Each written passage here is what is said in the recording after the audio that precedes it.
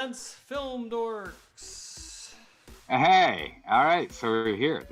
We're film dorking live. Sorry we were late.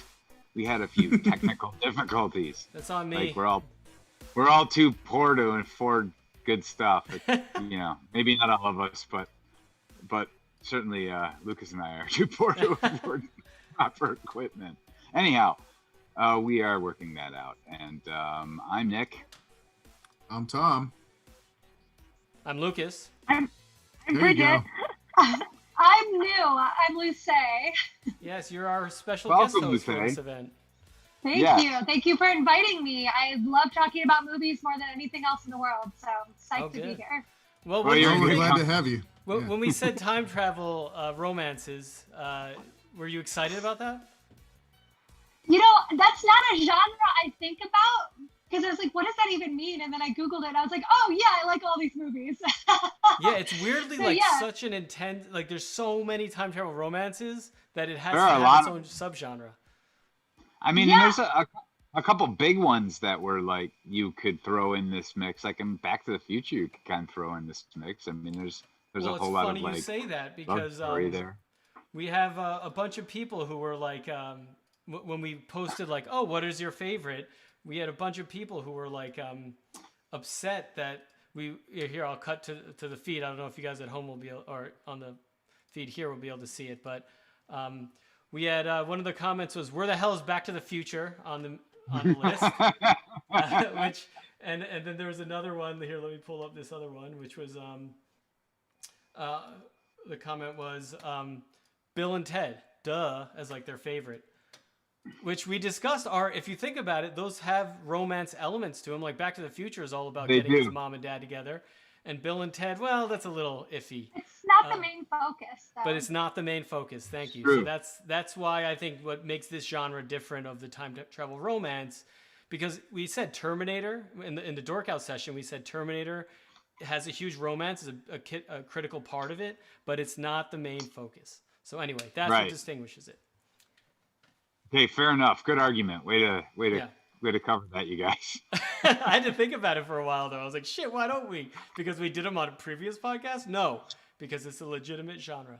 And another thing to mention here is the films that we all watched. While they are all like romantic tales in nature, like, and they all involve some sort of time issue, they're not all like hard time travel movies. No, in fact, I'm excited to talk about Somewhere in Time because it's totally like that is, it's cool. All right, so anyway, to launch it off, Tom's right though. These are, remember on the Dork Out session we talked about how they visualize time travel like with technology, and I think in all of these there's almost no visualization. It's just like magic. Well, Kate and Leopold, I didn't watch it, but Kate and Leopold has some kind of a warp thing going on, right? Oh, we didn't pick that one, so that might have more time travel element to it. But regardless, we all picked a movie, and we may all have to defend our choices. I don't know. Well, I'll say that I picked Somewhere in Time because I watched this as a kid with my dad, and I remember like, and this is back when the video stores like, you just kind of rented what was there. So I'm sure my dad, he watched everything. So I remember watching this with him and thinking it was decent, but like I didn't know much about relationships and love at like 12 years old. So I revisited it and I'm glad I did. So I'm going to play the 1-minute trailer that we cut together. And then I'll just kind of like go over the synopsis. So 1 second.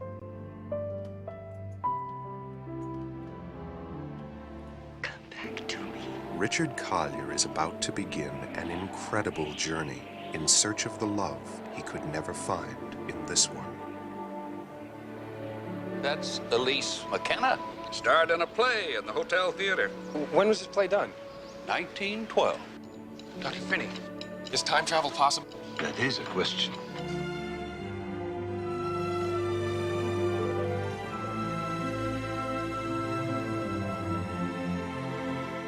Is it you? Universal Pictures is proud to present Christopher Reeve, Jane Seymour, Christopher Plummer, Somewhere in Time. Someday, in the past, he will find her. So this film was wild to watch again. I remember this. I mean, watching the trailer really brings a lot of the movie back to me because I watched this also as a kid quite a few times. I remember. Yeah, it was like it's interesting because it didn't do great in the theaters. It made so it was a budget of $5 million. It made double its budget, $10 million, which is not bad. It's just like there were so many other films that came out at the time that just it kind of it was forgotten about, I think, until VHS. But the plot is a young writer played by he's like a playwright played by Christopher Reeve. He an old lady when he's like wrapping up a play, an old lady comes up to him afterwards and hands him this stopwatch and is like, "Come back to me." And then he tries to learn more about her. He gets like obsessed with this old lady. He ends up stop just on a drive in the countryside, goes across this old hotel where he like realizes that she stayed there, and then and there's a poster a painting of her, and then he does research on like time travel and then ends up realizing that if he manages to do self-hypnosis, he can travel back in time, which he does. And it's like, so the whole thing is just essentially if he convinces himself enough and hypnotizes himself, he can travel back in time to meet her. And he does, and they fall in love, and he gives her the watch. And it's like the thing that literally popped out the most to me during this whole thing was that Christopher Reeve is the best casting decision of this whole movie. Like, it makes the entire movie work because he's so awkward and weird and goofy, and he's so fucking attractive. Like, he's such a hunk in it, but he plays the role with such like quirkiness that the movie really works. And it's it's a pretty basic love story. In fact, the first 30 minutes of the movie is just him not even like it's him going back in time. We don't even meet Jane Seymour, who's freaking gorgeous in this as well. You can understand why like she became so popular. But Medicine Woman. But anyway, the movie itself is like, it really works from a romance angle, and it also has Christopher Plummer, who plays like you can say he's the villain, but not really. He's just like her manager who like is worried that she's gonna fall in love and like tank her career. So it's like, it's really a small emotional drama that takes place in like mostly one set, which is this beautiful location, the Grand Hotel in Michigan. And one of the things it's mostly well known for is the score. Like, the score is done by John Barry, who did almost all the James Bonds. Dr. No, he created like the sound of James Bond. He did Dances with Wolves, Out of Africa, Howard the Duck, and Star Crash, amongst many, many other ones. This guy had an insane career. But the music's incredible with it, and he got paid like nothing for the score. And then he had a cut of the royalties of the soundtrack, and the soundtrack did better than the movie. So the dude made out like in the bank. But the thing that I love most about it, besides Christopher Reeve, is that the director, what is the guy's name? Jeannot Swark.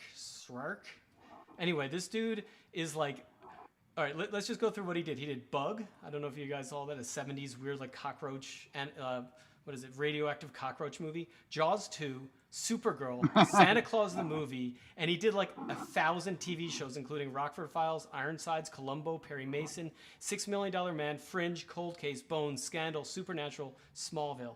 Like, this dude's my fucking hero. Like, think about that career that this director had. So anyway, this movie is totally wild. The time travel element is only a small, weird part of it, but definitely revisit it for Christopher Reeve, because it's so weird to be like, oh my God, this guy was Superman, because you realize the reason why he was the best Superman is because he could play Clark Kent. He can play the weird, quirky, funny dude so well, but he's like this crazily attractive dude that it's almost like off-putting to watch him in it. Hold on. Did Clark Kent sort of like personality come through in the? Yeah, I mean, who else has watched this on here besides me and Nick? Has anybody else watched this one? I haven't seen it, no. Yeah, I I've mean, been to Mackinac Island. So you've been to I've been to the Grand location? Hotel. It's Yeah, a gorgeous I've location. seen, yeah.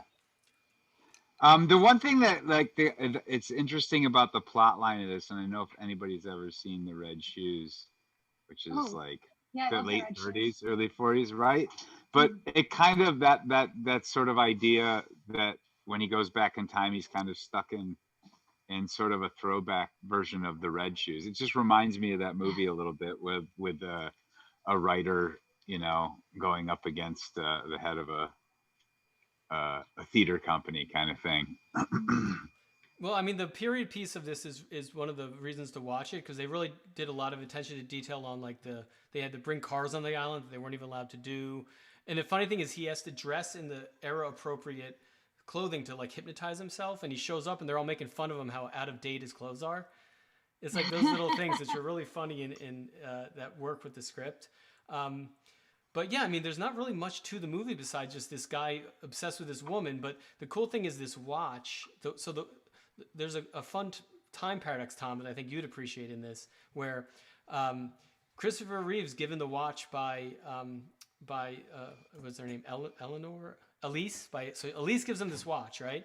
And then he goes back in time and gives her the watch. But it's a paradox. So like, where did the watch begin? If they're just getting it from each other, it's a complete paradox. Yeah. So which came first? That's true. You don't know. The watch. The watch just is chicken or egg, baby. But anyway, so this one I think as time travel romances go, this is like there's a reason why I think this one came to mind first when I thought about them, because it's just like it hits on all the all the cliches in a way that but it was kind of first, so it's hard to criticize it for that. Yeah, no, I mean, I haven't seen the movie since I was a kid, but watching, I remember loving this movie. Yeah. Like, I don't. So. Do you find the romance romantic? Is it believable? Yeah, Is it like a stretch? Yeah, and actually, it's very believable. The funniest part, though, is so I don't want to like do any spoilers really, but there's a scene where they like get separated, and he literally is so depressed he's staring out at the ocean next to a pile of garbage.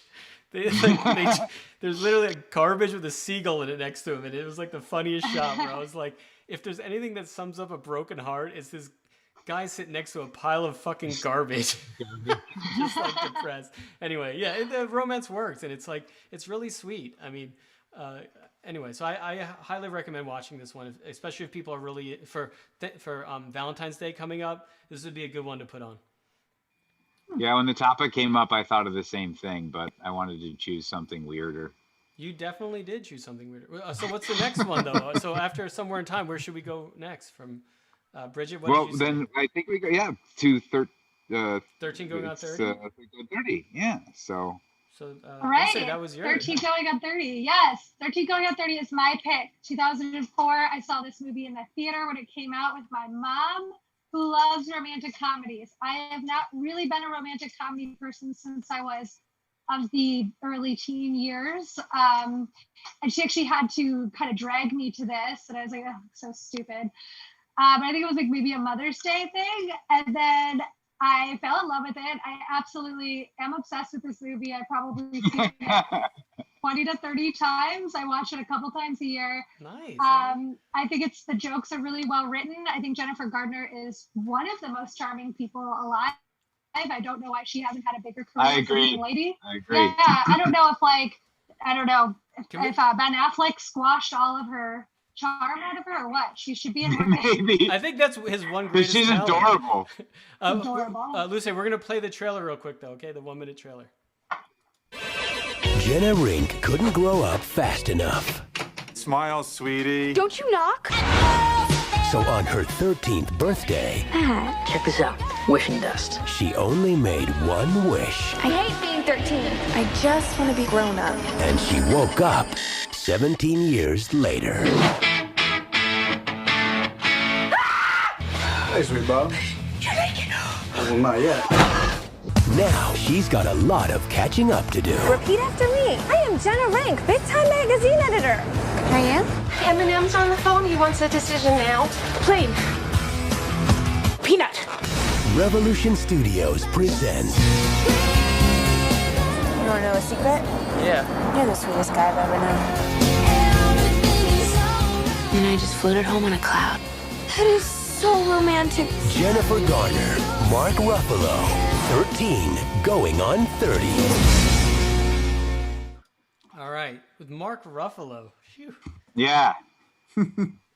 A young, adorable Mark Ruffalo. Yeah, man. Indie heartthrob Mark Ruffalo.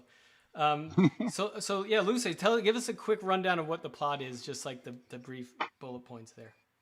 Okay, for sure.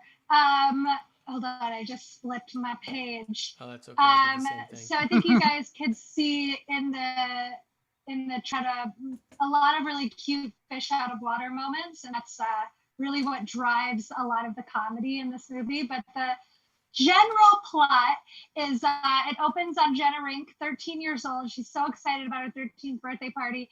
And then she invites the cool kids, the cool girls, and they basically humiliate her and make her feel like shit at her birthday party. But yeah, I mean, it's her That's folly. the 6, right? Yes, the 6 chicks. There's only 6 chicks in the 6 chicks gang.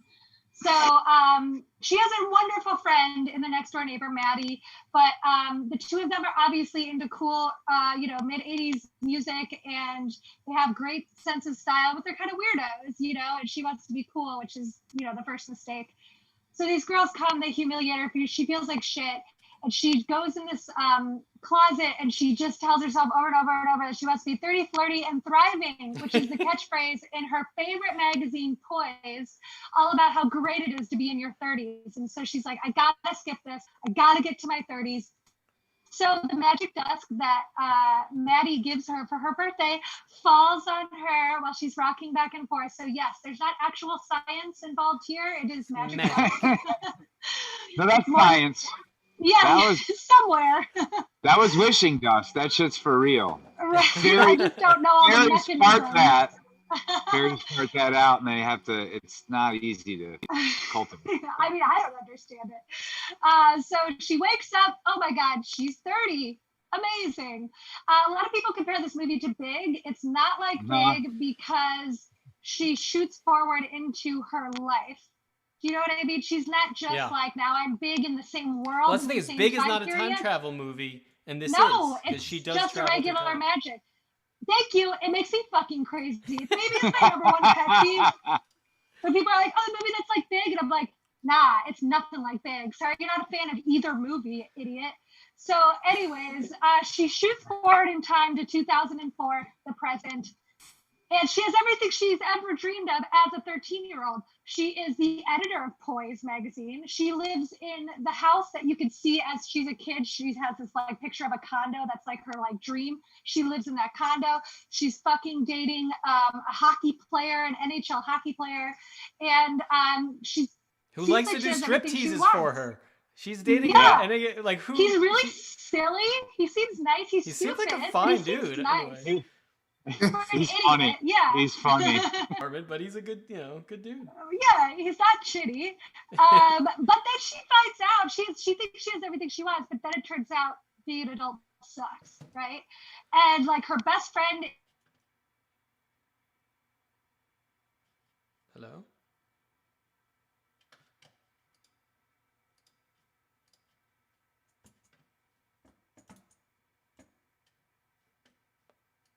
One of my favorite scenes, actually, she goes to track Maddie down because she's like, what? I'm in the future? This is crazy. And she, in tracking Mark Ruffalo down, who's grown up next door neighbor, she discovers that they're not friends anymore. Maddie is very cool now, and you know that because he's introduced wearing a CBGB t-shirt.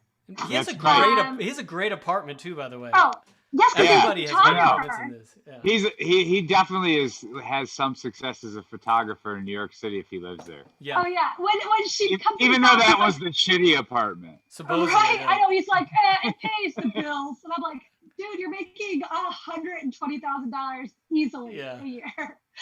So as she tries to figure out her new life and how this works, it turns out that adult Jenna sucks. She's trying to sabotage the company that she works for. She doesn't have any real friends. She hasn't seen her parents in years. All the people that are in her life don't care about her. And nothing she liked as a kid is a part of her life anymore.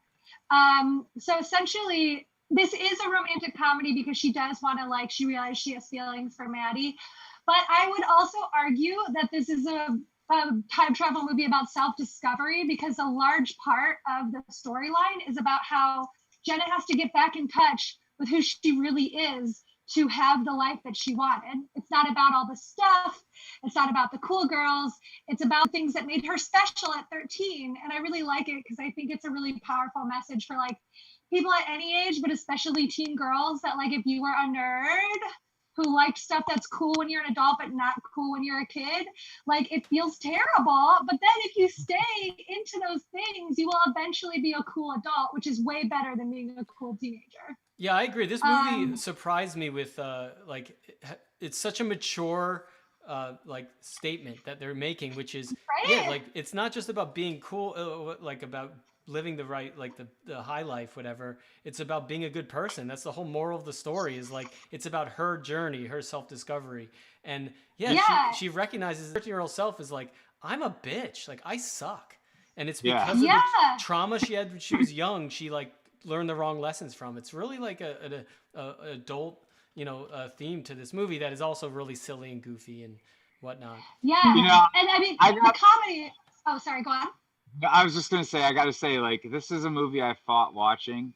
Because it looks cheesy, right? It looks through multiple relationships, and I didn't want to watch it, and I watched it, and I got to admit, like, especially the first like half to the first 2/3 of the movie is really clever, really funny, really charming. She's incredibly charming. Mark Ruffalo's like, it works really well. It got a little formulaic for me at the end. I'm like, okay. Of course, the actual romance part is kind of formulaic, which is funny. Totally.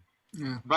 But it hits the points exactly where it's supposed to hit the points in the script, and the soundtrack in this movie is unbelievable. Yeah, it's really banger, and they won't stop playing them too. It's like one bit, like the entire movie. It's like they're fast forwarding through the playlist. It's hilarious. But I can't imagine how much they must have spent on like, Beat It. And like, I don't know, there was tons of like just the whole Thriller dance hits in there. Right. They must have spent a ton on that because they used it so much early in the film. Like literally that entire song. I'm gonna play the video over while we talk about it. But that's actually interesting because for those of you who are from New York or live in New York,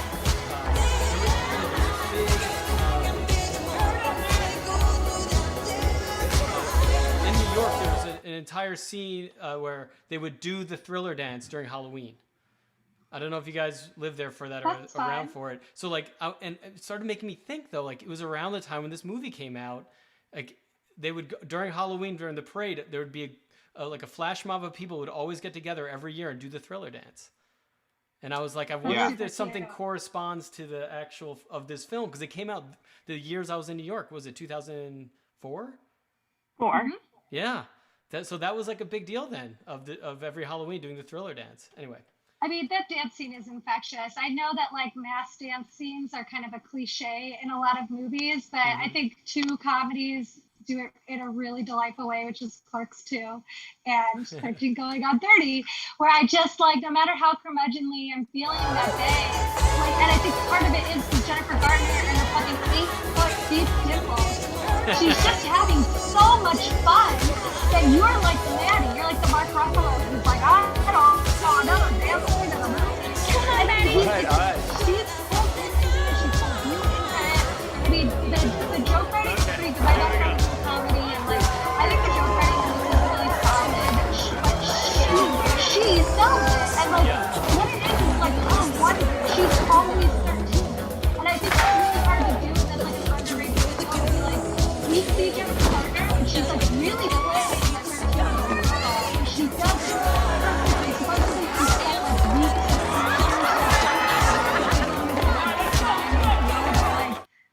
I just love it. The funniest joke in it is so kind of fucked up is when she's her and her friend are trying to get her to hook up with the dude at the bar, and she's like, that guy over there, go talk with him. Yeah.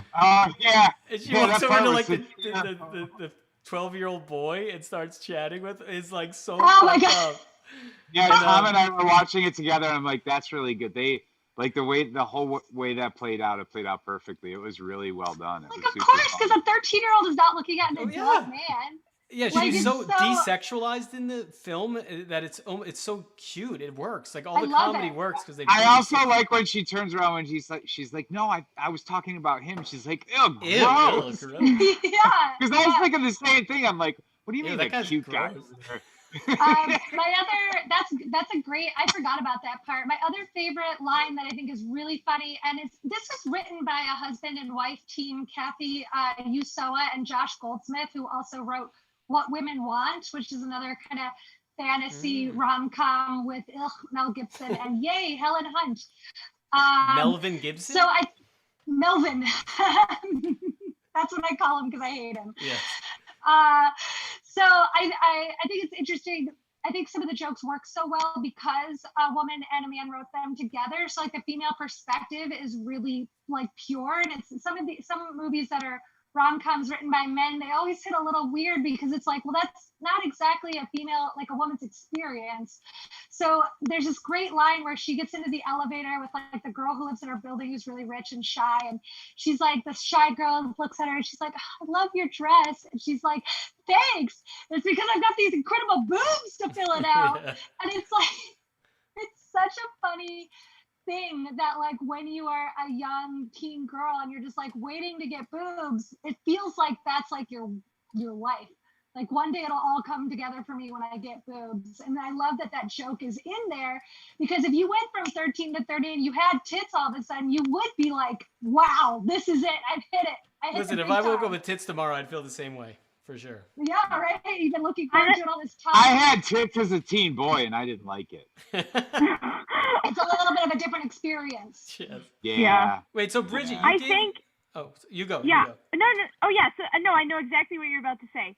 So I don't think people realize how influential this movie still is. So this movie came out in 2004. I was only 5 when it came out, and I saw it as a 6-year-old, and it hands down became one of my all-time favorite movies. People, we quote it all the time. My roommates and I, if we do something, it's always like, it's okay, I'm 30, flirty, and thriving. Like, yes. It's everywhere. But so the woman, the actress Krista B. Allen, who plays young Jenna Rank in the film, she is on TikTok, and she has like recreated like a ton of the most like iconic scenes from that film. She has like the original wardrobe. She's got like the dress that Jennifer Garner wore when they did the Thriller dance. It's like the green, purple striped dress. She's got the like blue, like tube top, crop top that's like got the jewels on top with like the green scrunchie and everything. And she recreates like all these scenes and puts them on TikTok. And she gets millions and millions of likes on these because this movie is like huge. Like, I mean, she's freaking adorable like now too. And she, if you look at the photos that we just showed of it, like, yeah, I love that she's still, leaning into it. Yeah, even, like girls that are even like 10 years younger than myself now, like this movie is still like super popular. That makes me so it's happy. Fantastic. I think it's classic. People talk about Pretty Women as being classic, and like when I was a little girl, people were into that. I'm like, this movie is that good for women or sex workers or men. Yeah. Like everyone fails in that movie. Yeah. Just to think about like classic rom-coms. So I'm so happy that like the next generation is like growing up with like such a positive and empowering movie. I also like Maddie so much as like a lead guy because he's like sensitive but like realistic, and like I don't know, he's got really great energy. He's like a positive force. Yeah, and Mark Ruffalo, who's so freaking adorable. Like he just plays it with such heart. It's awesome. And one more thing to mention about this is, so there's a couple big cameos in this movie. Well, Brie Larson is one of the 6 chicks before she became, obviously, she's the one that gets replaced by Jenna. Yes. Yes. Then it becomes the 6th chick. Yes. And then she had the last laugh. Yeah, exactly. Yep. And then Jim Gaffigan plays the older version of like what would have been like the all-star football player. Like I forgot about that. Yeah. Yes, he's the hot guy. I noticed that. And what's her name? Is the friend, the older friend, Judy Greer. I love Judy Greer. Like she's such a good comedy actress, and she gets to play a villain. It's such a good role for her. Yeah, I read a trivia piece that said that she run the lines through Judy Greer when they were doing rewrites, and they were like, "Do you think this is funny?" And she had like the last word on all the comedy lines because they thought she was like the funniest person there. All right. Well, we got to wrap it up and move on. What's the next one? What's the next movie after? Where do we go from 13 going on 30? Are we? Tom's Up. We go with the Lake House. We go from 13 to 30. Lake House was before Mr. Nobody? Yep. Yeah. I think it's by like 2 years, I think. So okay. the Lake House came out in 2006. Well, tell us about the Lake House, Tom. Yeah, it's a story that stars Sandra Bullock and Keanu Reeves. And Keanu Reeves doesn't kill anyone in this. No, there's not one fight scene even, I don't think. He murders some letters, bro. He does.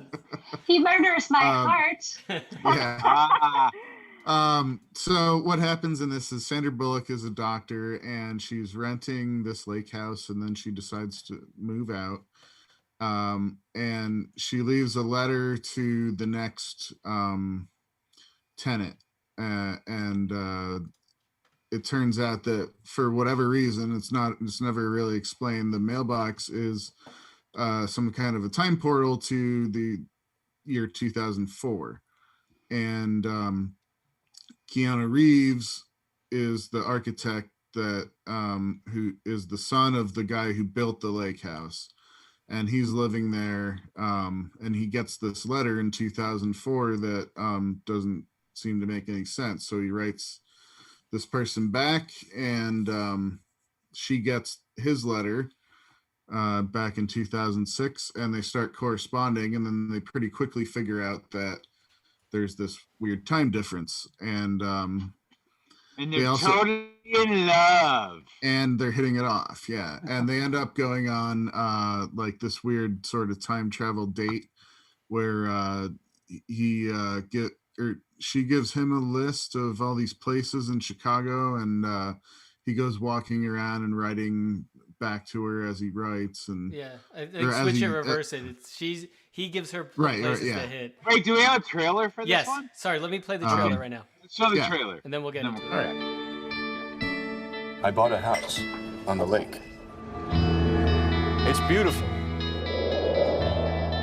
Dear new tenant, welcome to your new home. I'm sure you'll love living here as much as I did. What do you mean you lived here? Since no one has lived in this house for years.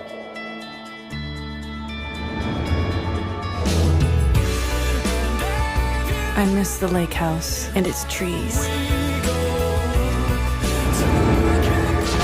Thank you, Alex. Keanu Reeves. She was more real to me than anything I've ever known. Sandra Bullock. It's kind of a long-distance relationship. Pick a place, I'll be there, I promise. How? Something must have happened. One man I can never meet. Him, I would like to give my whole heart to. The Lake House. So there you go. That's the sum up of the movie. 1 minute.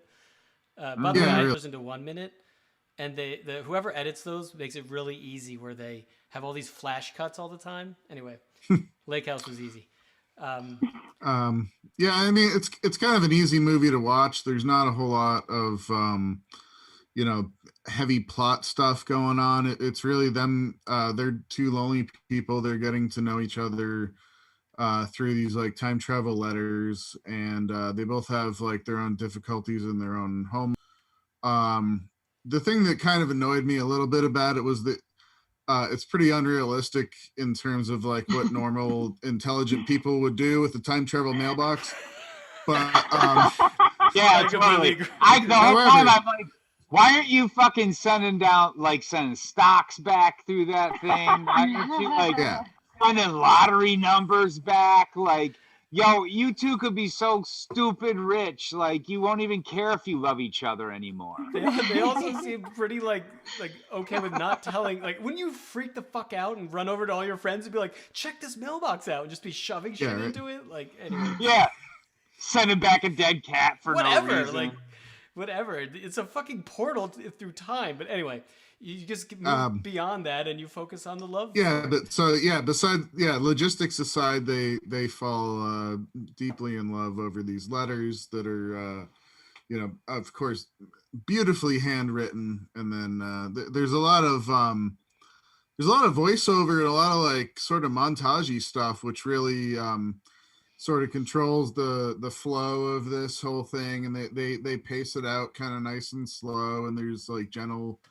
music, and it's a very gentle film, and it really sort of just takes its time with these characters and their relationship, and it builds up to a whole thing of like, well, are they ever gonna meet? And I'm not gonna say what happens, but it's it's a, like I said, it's an easy movie to watch. There's not a ton going on that's really even worth discussing. Like, Yeah. I mean, it won't challenge you in any way. No, but I'll sum it up. This is what my wife said. She said, I don't know, Sandra Bullock's in it. I'll watch anything she's in. And I was like, well, Keanu Reeves is in it. Yeah, I'll watch too. anything he's Yeah. in. So Right, we met in exactly. the middle. We met in the middle. And that's how what that movie makes got made.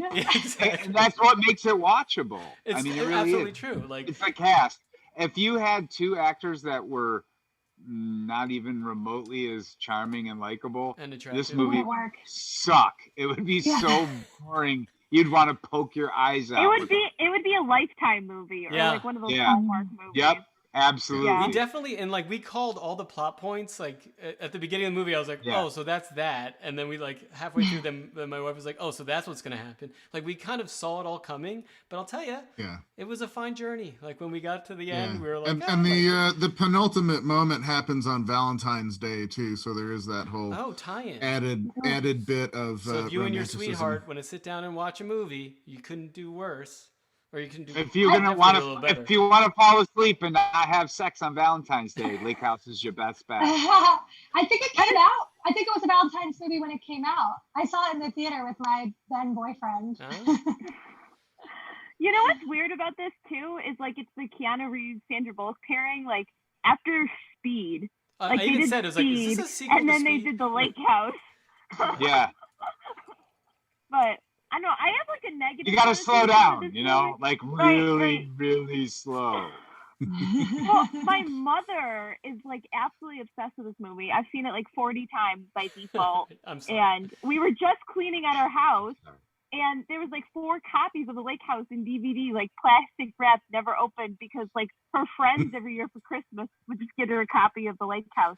Like we That's- had all these random copies of it. Like Bridget, I'm a everywhere. little insulted you haven't sent them to us as gifts. Yeah. Oh, I'm sorry. That's I'm the sorry. perfect I'll troll autograph gift. them for you. Maybe they're all the same copy and they're just multiplying. I don't have an address Definitely right now, possible. so you can't send me one. It's the magic mailbox. You put them in, then more come out. Yeah, you gotta. That's right. Just That's stick a them in the cursed mailbox. mailbox. Yeah, right. Also, oddly enough, in this podcast, we're only talking about 4 films, both, obviously time travel romance. Christopher Plummer is in 2 of the movies that we're didn't talking even mention about. it. Yeah, Even Chris- though- I Yeah. even thought maybe they casted him in this one. I wanted to ask Tom about it. Like maybe they cast him in this one because he was in Somewhere in Time. Somewhere in Time. He's fucking maybe. great in this. Actually, we didn't even mention that. Like I mean, he's it's only in like possible, 3 but scenes. I don't know if But it's casting Christopher directors Plummer. get that detailed, but But that's how it goes, though. They're like, this is what they do. They say, who do we want for this role? They're like, well, remember in Somewhere in Time, somebody like Christopher Plummer. And he's like, you know what?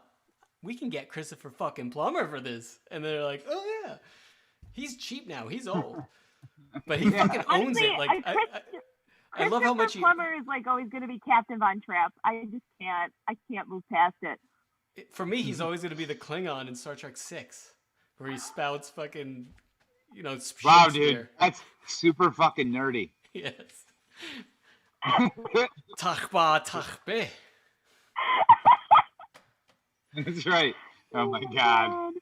I love Plummer though. He really It's like just- he elevates a role that's just like a throwaway. Like, oh, he's the father. He's supposed to be a jerk, and he makes. yeah, I him mean, have so he much did a pretty personality. decent job in the Lake House as the like grumpy old father Yeah. that's on his way out, and I believed he was a really, flawed but great man.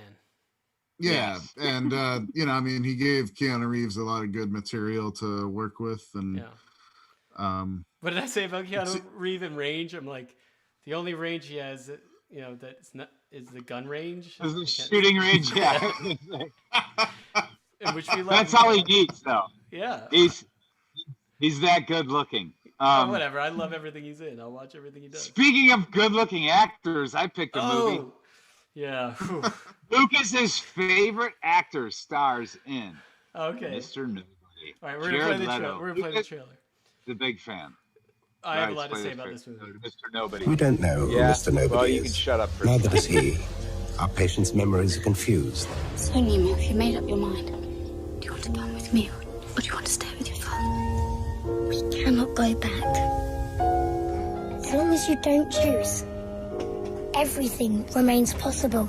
I'm sorry, I don't understand. Did you stay with your father or go with your mother? Remember. Hello, Nemo. I want you. I want you to. For as much as Anna and Nemo have consented together in holy wedlock, for as much as Elise and Nemo, Jean and Nemo. Of all those lives, which one is the right one? I'm not afraid of death. I'm afraid I haven't been alive enough.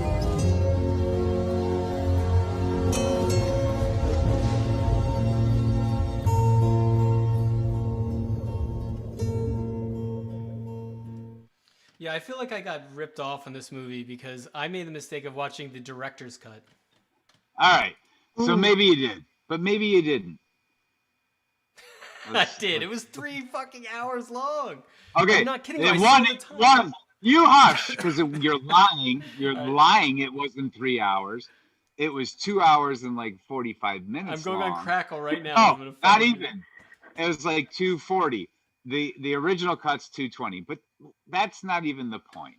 Okay. Now, look, I know you hate Jared Leto, so Fucking your hate his opinion guts. completely tainted by the dark side of the force right now, and nobody needs to hear it really. I'll shut up. You should talk. Yeah. You should talk.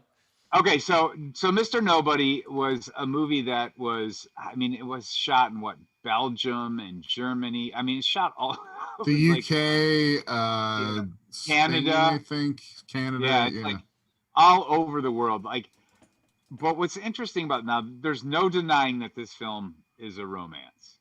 Like, that's what this whole movie is about, the choices he makes. But the overall gist of this, and I'm not going to get into it because I will admit this is a bit of a Rube Goldberg of a film, and to try to explain the concept, the plot of this film would not make any sense. But it's basically Jared Leto plays. He's the oldest man in the world in a somewhat distant future, and he's the last living mortal alive, and he's about to die, and he kind of relives his life, and it goes, and he returns to the specific event when he was a 9-year-old boy, and he was forced to choose between his mother and his father, and the movie explores the idea of choice, and it branches off into multiple lives that he lived, and he's retelling these lives as he's older and dying. But doesn't he also get the choice for something because of like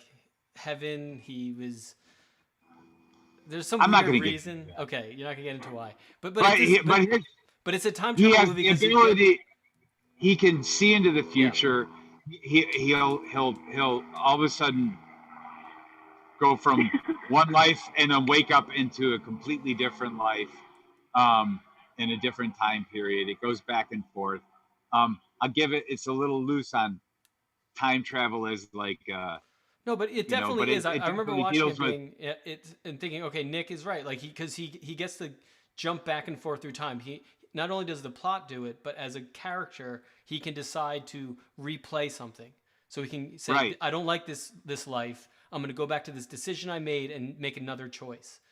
And that's right. And through these decisions, he ends up with 3 women in his life, and there's one true love that the movie keeps moving back to, which is his, I guess, stepsister. His stepsister. Let's be real. Yeah, but okay. Hey man, it's a French movie. This movie was made in Europe, so shut the fuck up. Like that's cool. That's totally cool in Europe.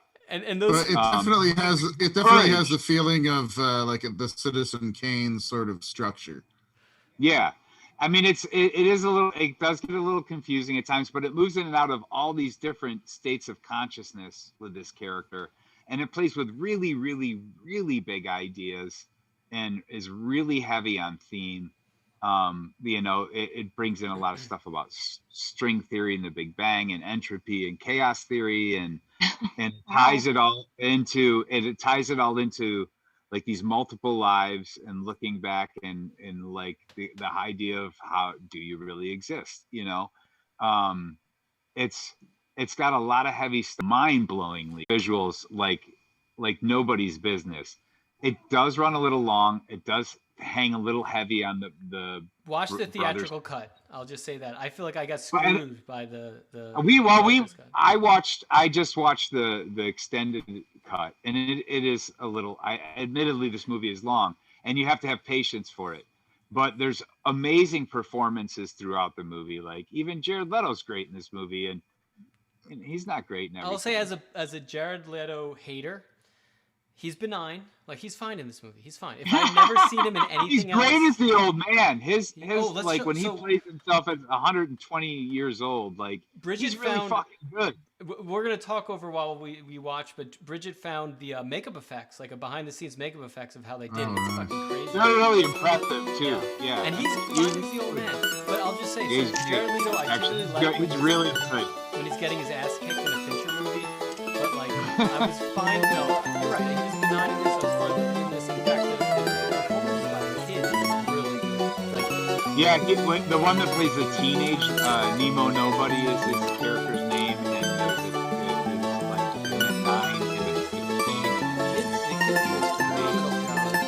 there's so much heart. And that kid's incredible, and he's amazing. Him and Juno Temple, like, Oh, I love Juno Temple. yeah, he's great in Yeah, and Sarah Pauli she's gets to play super this like good. crazy, depressed, awesome. Like, I didn't even know that was her for a while watching this. Yeah, Sarah Paul's Yeah. incredible. You know, when I first moved to LA, I was doing Postmates, and I delivered to Juno Temple in Silver Lake, and I was like, Of course she needs Silver Lake. she opens, I'm like,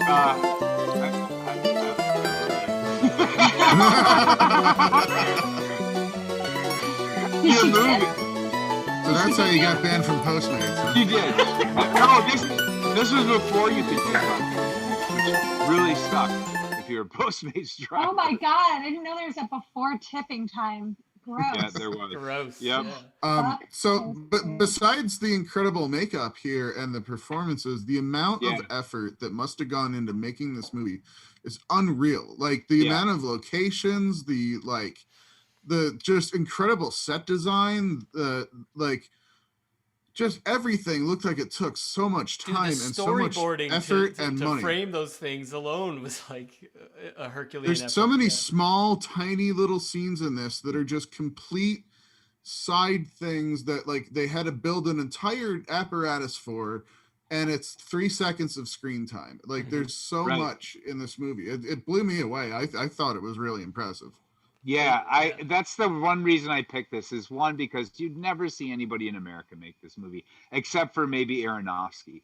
Like, nobody's well, gonna I mean, it give had you it gave me out feelings there. of like the Boyhood movie, so I think maybe Linklater could pull Linklater, something. maybe, yeah. I think would do better only because Aronofsky is so in his mind, and Linklater's got heart. So I feel like if I was going to choose as a producer, Yeah, but he doesn't have the he doesn't have the visual prowess that this movie has. Like Linklater wouldn't pull that out. Agreed. I think that's why he said. I love Aronofsky. Linklater. Don't get me wrong. But yeah, I mean, like. But what I'm Tom was casting saying, the director in this, Nick. I say It's Linklater. a beautiful movie. It's a beautiful movie, and you know the guy who actually did this film, is Jaco van Dormael. I don't know. This is the most significant movies he's done. What's interesting about this film, as I saw this movie in 2010, right after it was released in the UK, I got an underground like burn copy of this film. It didn't come out in the States until 2016, 7 years after it was released. Yeah. And I'm not sure why. I like tried to do a little research. It's all like rights, man. with the guy. It must have been some weird distribution fuck up. But I mean, I don't know, unless everybody hates the director because he's too pretentious. It's definitely not This movie Leto does because have- people seem to fucking love that piece of shit. I know. Well, he's getting lots of attention now with the little things. I don't know why. Well, The there's little lots of thing made me go to awards talk about it. So yeah, I think he's just getting an award because he's Jared Leto, and I don't know. He just needs to stop making. But this movie, honestly, Mr. Nobody, when it came out the first time I saw it, I was really blown away by this film. It was really just visually engaging. It really makes you think about a lot of stuff, like and the whole concept of like if you don't, every time you make a choice, it leads to a specific path, and if you don't make a choice, like all paths are always open.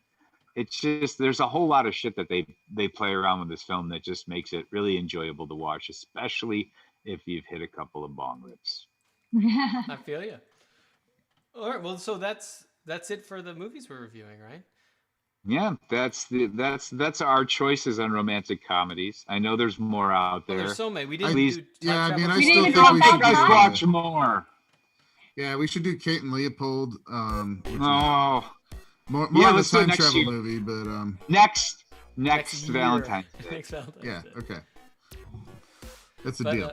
no, but Let's get back into some horror and comedy.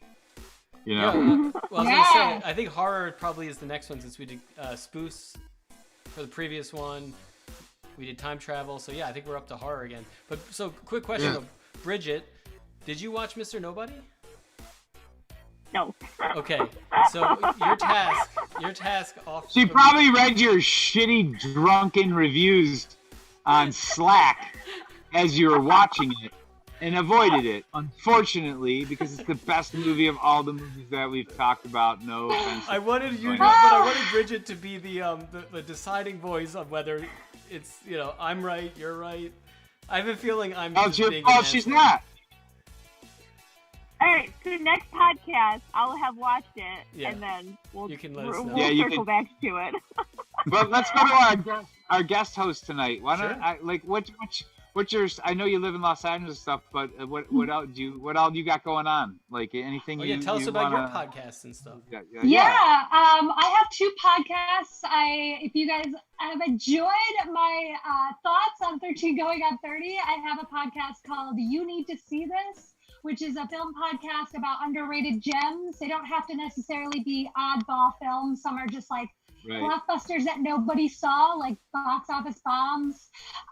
So we do a little bit of everything, and it's a no spoiler show, kind of like this, so that we convince people to check out movies that we think are worthwhile. And then my other podcast is called It's Always Halloween, and that's a year-round history podcast where I do like a deep dive on everything possibly related to Halloween, and it's just me, and it's researched and performed short little 10 to 15 minute bites twice a week. Nice. So yeah, I'm a comedian. I'm not doing a lot of shows, obviously, because of the pandemic. I don't love online comedy. I've done a little bit of it. It's really not for me. So I've been doing a lot of podcasts instead, but I normally perform with Upright Citizens Brigade. Oh, nice. Yeah, and I do stand up, and I used to produce my own show. Who knows if that'll happen again? One of these days, it'll happen. Come on. Yeah, it's hard. I'm like, this is what I'm doing now. This is who I used to be. And I make short films also. So I made a horror comedy that's how I met Lucas. And I'm in pre-production on another dark comedy that I hope to shoot this summer if everybody gets back.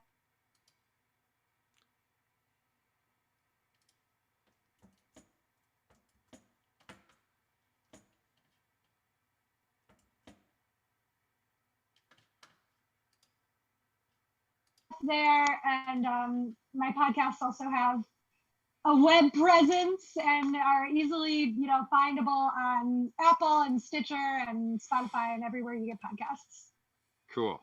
Yeah. Sweet. Well, yeah, it was Come really out. fun. Thank Yeah. you. Yeah, it was super fun. Thank you for joining us. Please, thank you for having me. This was a delight, and I'm happy. I would love to come back anytime. So let me know. Oh, we'd love to have you. Yes. Yeah, Thank you. we'll steal you again. Okay, sounds good. I do want to give a thanks and shout out to Elon Musk, who, if there's been some interruptions in the broadcast today, I'm on Starlink internet, and so a couple of times I saw our stuff drop to 0. So if there was interruptions, thank Elon Musk for that. But also thank you for giving me internet in rural Idaho. So there's that. Starlink internet, everyone. That's true. But anyway, so I mean, you are podcasting on the back of a cow, so. Dude, next week, man, next week. So yeah, well, So it's follow, like us, all that stuff, right? Bridget, aren't you Yes. guys these things? Yeah, plug us, Bridget. Yes, absolutely. So if you want to listen to this podcast, check us out on YouTube, Spotify, Apple Podcast, and you can also find it on Facebook, Twitter, and Instagram. We are at Screen Radar on all those platforms. And you can also check us out on Letterboxd for all things movie, television reviews. So it's at Screen Radar.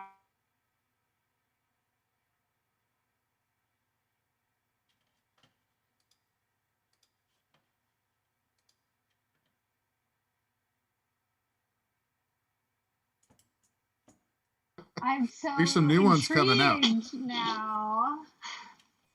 But I yeah, love John Carpenter. Lucas has a top 10 list of John Carpenter films over there, and have you listened? I mean, have you looked at it yet? I looked at. Oh yes, I looked at it. Did you comment? You're supposed to. I wanted to have an argument, so I put that up there, thinking that you. We will. We'll have an argument. You know what? Let's just save it for the John Carpenter podcast. I could fucking podcast. guess yours. I could guess your top 10. I could do Nick's top 10 All for right. John Carpenter.